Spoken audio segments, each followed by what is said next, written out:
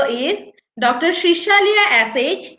She is in Department of Oral Pathology and Microbiology from JSS Dental College and Hospital, Mysuru. And the topic of her presentation is Cytology in Diagnosis of OPMDS and Oral Cancer and Analysis of Cell in Liquid Medium. Good afternoon, one and all. Warm greetings from JSS Academy of Higher Education and Research.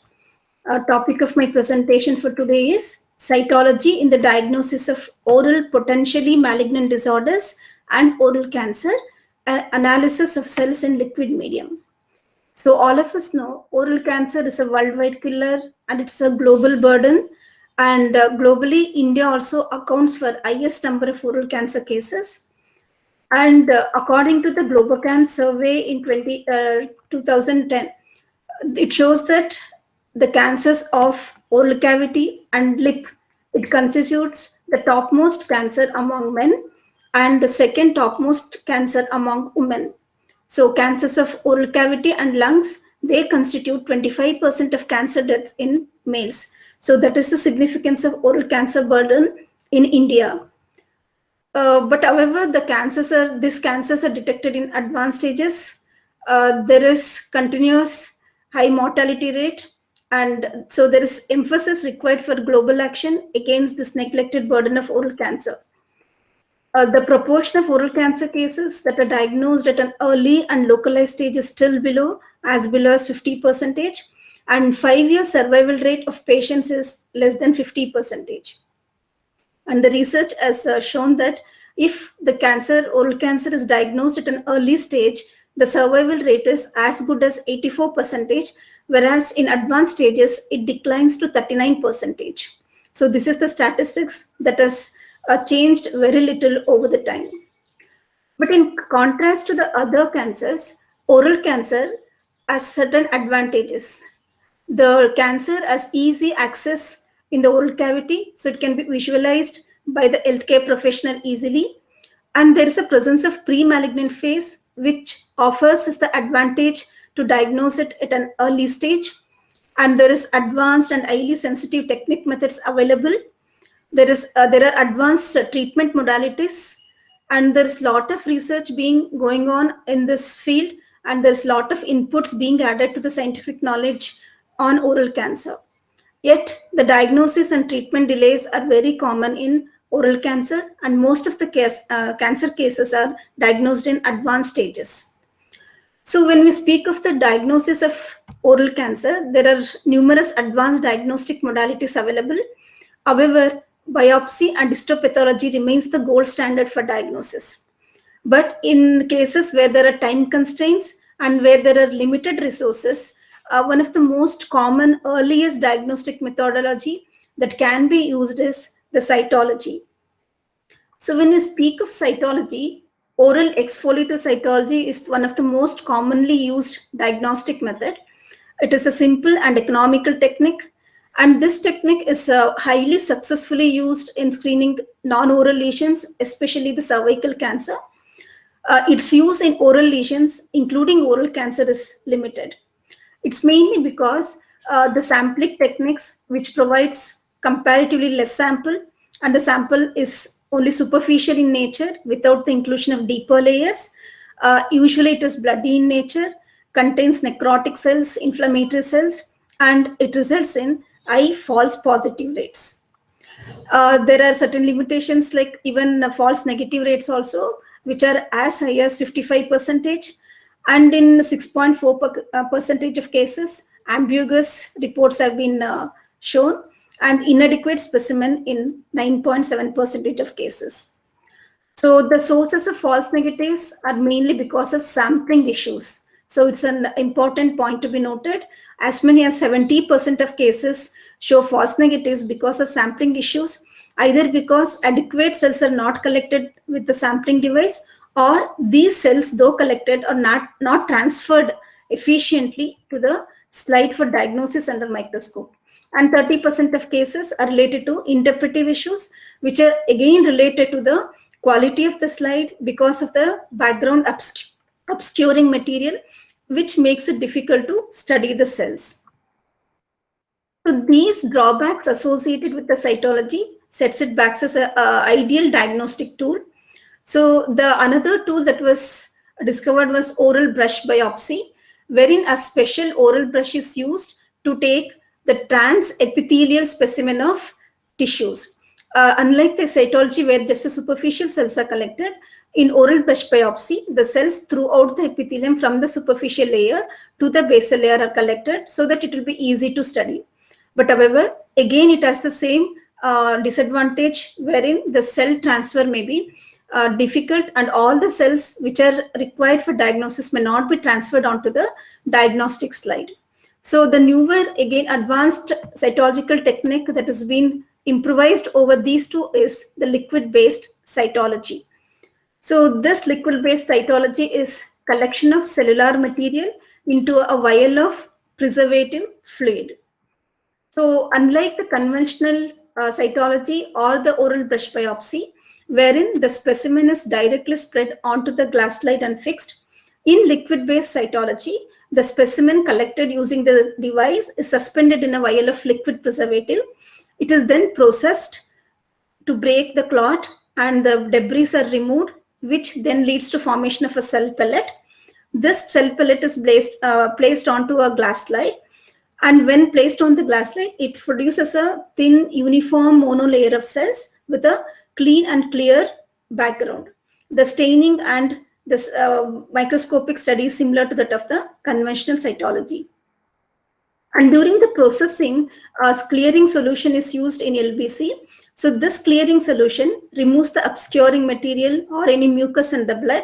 And this is followed by a density gradient centrifugation, which separates the cell according to their specific weight.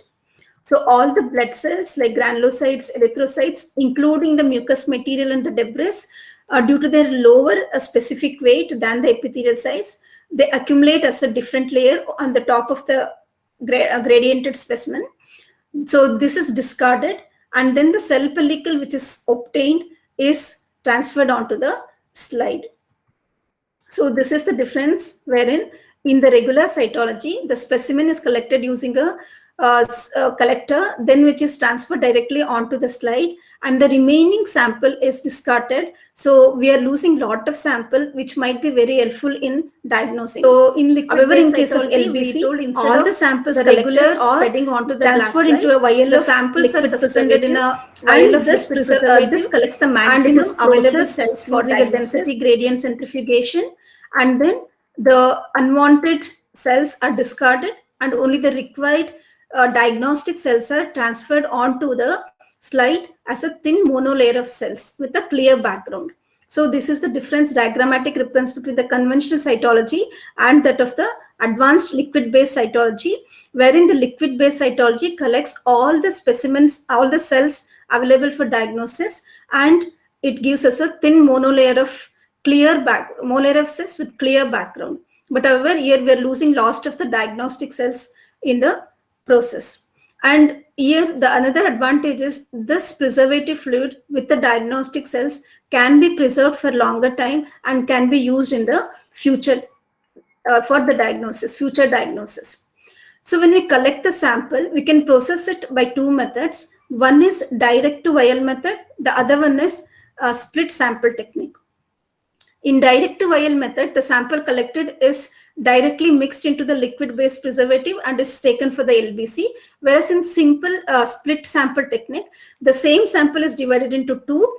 Part of a sample is taken for conventional cytology by spreading onto the glass slide, and the remaining sample is preserved for liquid-based cytology. So here this technology diminishes the blood mucus and polymorphs, forming a thin layer of preparation, and also provides a smaller area of slide to screen, which will be better for visualization. So when we're taking the sample for liquid-based cytology, we use various instruments for sampling. So these are the various spatulas, even the cervical brushes, wooden spatulas, and oral brush biopsy instrument. And these are the other brushing instrument that can be used for taking the sample. So when we speak of LBC techniques, there are various techniques available like thin prep, SurePath, Cytoscreen, Turbitek, Cellsite, Papspin, and Labonard, EasyPrep. Among them, ThinPrep and SurePath are the ones which are approved by FDA. In ThinPrep, filtration and collection of vacuum-packed cells on a membrane and transferred it to the glass slide, whereas in the SurePath, there is centrifugation and sedimentation through a density gradation. So ThinPrep was one of the earliest LBC technique to be developed in 1996, and there are two forms, that is T2 and T3. So ThinPrep 3000 processor, it is a completely automated form one, which processes up to 80 specimens per cycle, and 2000, it is a semi-automated one, processes slides individually. So the transport fluid is the preserve site. Once fixed, the vial is placed individually in the ThinPrep processor. And this undergoes three key processes: dispersion, cell collection, and cell transfer. During the dispersion, it produces a cell suspension, breaking up all the cell clumps and the mucus and the other debris. And in the next process, it produces a negative pressure pulse, which draws the fluid through the filter, and this traps a layer of cellular material, leading us to formation of a cell pallet. And then the cell pallet is transferred from the filter to the glass slide in a thin monolayer. That is a cell transfer. There's a reprocessing step available in ThinPrep for the unsatisfactory specimens. This includes a wash step with 10% glacial acetic acid in a cytolit. So this is the diagrammatic representation. The brush used for specimen collection, then transferred it to a preservative fluid, then it is loaded onto the machine, where it undergoes three key processes: dispersion, cell collection, and cell transfer, and the cells are transferred onto a slide for thin monolayer formation. The other is the SurePath technique, developed in 1999. However, this is not yet approved for molecular diagnosing. Here, the sample collected using a plastic collection instrument. Then the fluid is vortexed through density gradient centrifugation, loaded onto a auto-cytoprep robot, and it handles about 48 samples at a time. Then this is transferred to a settling chambers, then cell sediment under the gravity to form a thin layer on the slide. So this is for the SurePath, the transfer of the cellular material and the gradation, which produces the mucus and all the other cells superficially, and the cell palette present in the deeper portion. So this is the ePrep technique, cell prep technique, cell prep plus technique, and others.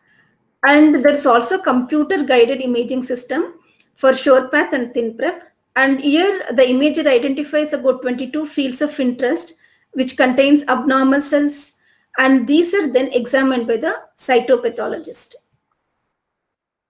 So since its introduction of LBC, extensive studies have been carried out in the cervical region and non-cervical pathologies, and also for other lesions in the body. However, the studies related to oral cancer are slightly limited. So the methodologies for studying LBC are also varied. While few of the studies have compared LBC against the conventional using split sample technique, others have compared LBC with a regular scalpel biopsy. And most of the studies have been done on oral premalignant and malignant lesions, and few of them on healthy volunteers and other different oral lesions. So this is the slide preparation, how it looks in a conventional and the ThinPrep. So this is the conventional with a thick smear and a thin monolayer smear. And this is in the conventional cytology, wherein there is a lot of obscuring material and even the cellular clumping, so makes it difficult to diagnose the cells and see the outline of the cellular and nuclear features. However, this is not the case with the LBC, wherein we can clearly identify the cellular and the nuclear features. So when we compare the features that can be observed in the conventional cytology versus LBC, in LBC, we get satisfactory smears, a clear background, a uniformity of distribution of cells, cellular clumping is very rare, architectural changes are rare, and cellular morphologic changes are not seen, and nuclear changes can be very clearly appreciated, and artifacts are very rare. Because of this, LBC is shown to be better diagnostic modality compared to the conventional cytology. And also because of these features, there is reduction in the false negative rates. So the various advantages of LBC over the conventional cytology is all the cells collected are transferred and they're available for diagnostic microscopic diagnosis, and the obscuring blood and inflammatory debris are removed. Artifacts are very few. Multiple slides can be prepared with this technique. The unsatisfactory specimens are very less and produces a better quality slides, and even there is availability of computer assisted screening. Above all this, the other most significant advantage is we can preserve the sample and any time we can use it for future diagnosis, either for simple cytological examination or for the molecular based diagnostic modalities. So we need not call the patient again and again for the same process. So LBC compared to the other conventional cytological techniques has greater disease detection and improved lab efficiency.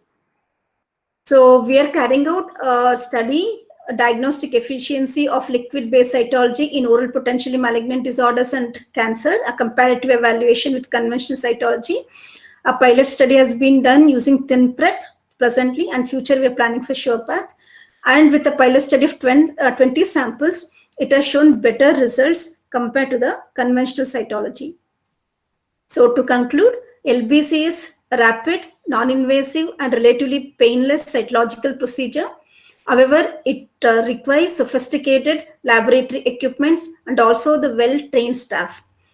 But however, in areas where there's certain limited resources and repeated investigations are not possible, this technique can be used easily. Though LBC is proved to be advantageous over the conventional, it cannot substitute biopsy and histopathology for the diagnosis, which still remains the gold standard. So these are some of the references. Thank you. I thank the organizers for giving me opportunity for presenting my scientific presentation. Thank you.